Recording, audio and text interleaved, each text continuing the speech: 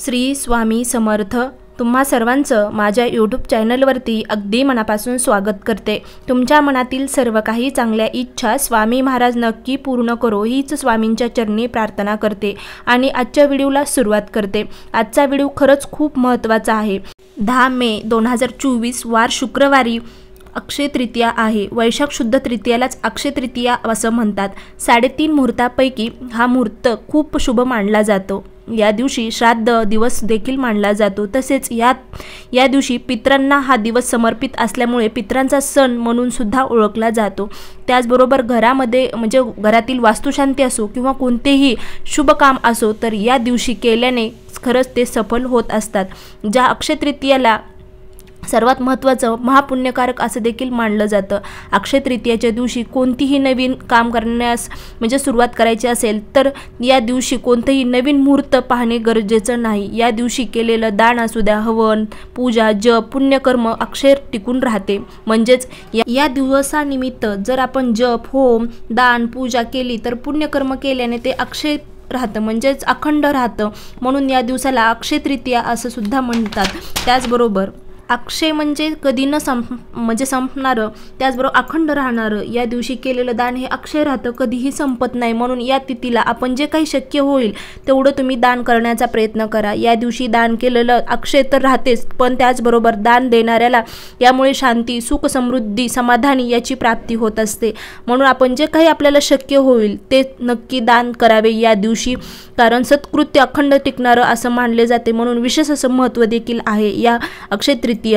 त्याचबरोबर दानाचे खूप महत्त्व असल्यामुळे या दिवशी अन्नदान, वस्त्रदान किंवा सर्वात महत्त्वाचं म्हणजे सौभाग्यवती स्त्रियांनी सौभाग्य म्हणून चुडा जो असतो, बांगड्या वगैरे अशा दान कराव्यात तर खूप पुण्य समजलं जातं। या दिवशी स्त्रियांनी जलकुंभाची पूजन करून ते दान करावे। तसं पाहिलं तर तहानलेला पाणी द्यावे हे त्याचं प्रतीक आहे। या महिन्यात वैशाखात तीव्रता असते, उन्हाची वाढलेलं असतं, त्यासाठी आपल्या संस्कृतीने जलदानाचे महत्त्व सांगितलेले आहे। मनुष्य, प्राणीमात्रांना, वृक्षवेलींना पाणी देऊन जीवनदान द्यावे। थोडक्यात अक्षय तृतीया या तिथीमुळे एक जीव दुसऱ्या जीवाचं, मग तो प्राणी असो, मनुष्य असो, वन्य, वृक्ष कोणी असो, त्याला जलदान करून तृप्त करावे असं संस्कृतीचा आपला नियम आहे। त्याचबरोबर या दिवशी पितरांचा सण असल्यामुळे पितरांना आपल्या प्रसन्न करण्यासाठी, आपल्यावर काही दोष असेल, पितृदोष असेल तर ते दूर करण्यासाठी खूप प्रभावीशाली असा हा दिवस आहे। तर आपण आपल्या पितरांना प्रसन्न करण्यासाठी पितरांची पूजा करावी, पितरांना जीव घालावं। त्याचबरोबर आपल्याला एक उपाय या दिवशी करायचा आहे, खूप सफल असा उपाय आहे। कारण या दिवशी आपण माता लक्ष्मीला प्रसन्न करण्यासाठी, माता लक्ष्मीची कृपा आपल्यावरती व्हावा, आपल्या सुखी संसारामध्ये विघ्न येऊ नये, घरात समाधानी राहो यासाठी आपण या अक्षय तृतीयेच्या दिवशी लक्ष्मी मातेची पूजा करत असतो।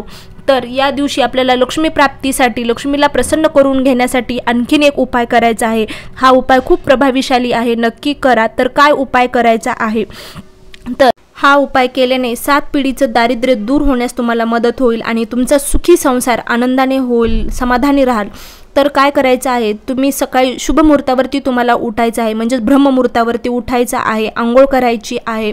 त्यानंतर आपल्या घरातले देव जे आहेत ते आधी स्वच्छ करून घ्यायचे आहेत, म्हणजेच देवांना आंघोळ घालून घ्यायची आहे। तर आपल्या देवघरामध्ये जर काही भंग झालेले देव असतील तर त्या दिवशी तुम्ही त्यांना विसर्जित करू शकतात। त्यानंतर तुम्ही या दिवशी शुभ मुहूर्तावरती श्रीयंत्र जर तुमच्याकडे नसेल तर लक्ष्मी प्राप्तीसाठी, लक्ष्मी मातेला प्रसन्न करून घेण्यासाठी लक्ष्मी मातेचं आसन हे श्रीयंत्र आहे। तर तुम्ही नक्की श्रीयंत्र घ्या आणि श्रीयंत्राची सातत्याने दररोज नित्यनियमाने पूजा करत चला। नक्कीच तुमच्या घरामध्ये लक्ष्मी माता स्थिर राहील। लक्ष्मी माता चंचल आहे। तर हा उपाय आपल्याला सकाळीच करायचा आहे आणि आपल्या देवघरापाशी बसूनच आपण जो दिवा लावत असतो दररोज नित्यनियमाने देवपूजा करत असताना, तर तिथे तुम्ही तेलाचाही दिवा लावू शकता। त्याचबरोबर तुम्हाला एक तुपाचा दिवा लावायचा आहे।